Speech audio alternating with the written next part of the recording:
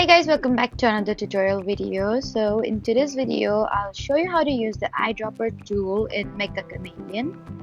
So if you want to quickly copy colors from the environment and blend into the map, just follow along. First, enter a match as a hider and wait for the painting phase to begin.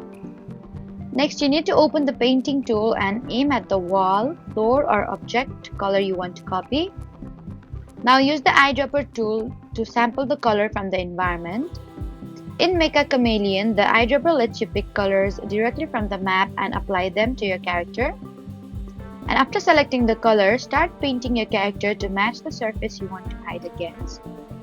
For a better camouflage, sample colors from the exact area you plan to hide near instead of a different object, because lightings and shadows can change how the color looks. And if the color does not look perfect, adjust it manually and add extra details like patterns or darker areas to match the environment.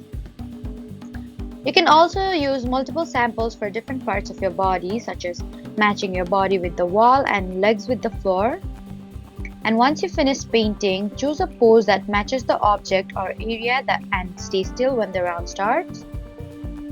So that was how to use the eyedropper tool in Meccha Chameleon. Don't forget to like, comment, and subscribe for more helpful tutorials. Thank you for watching.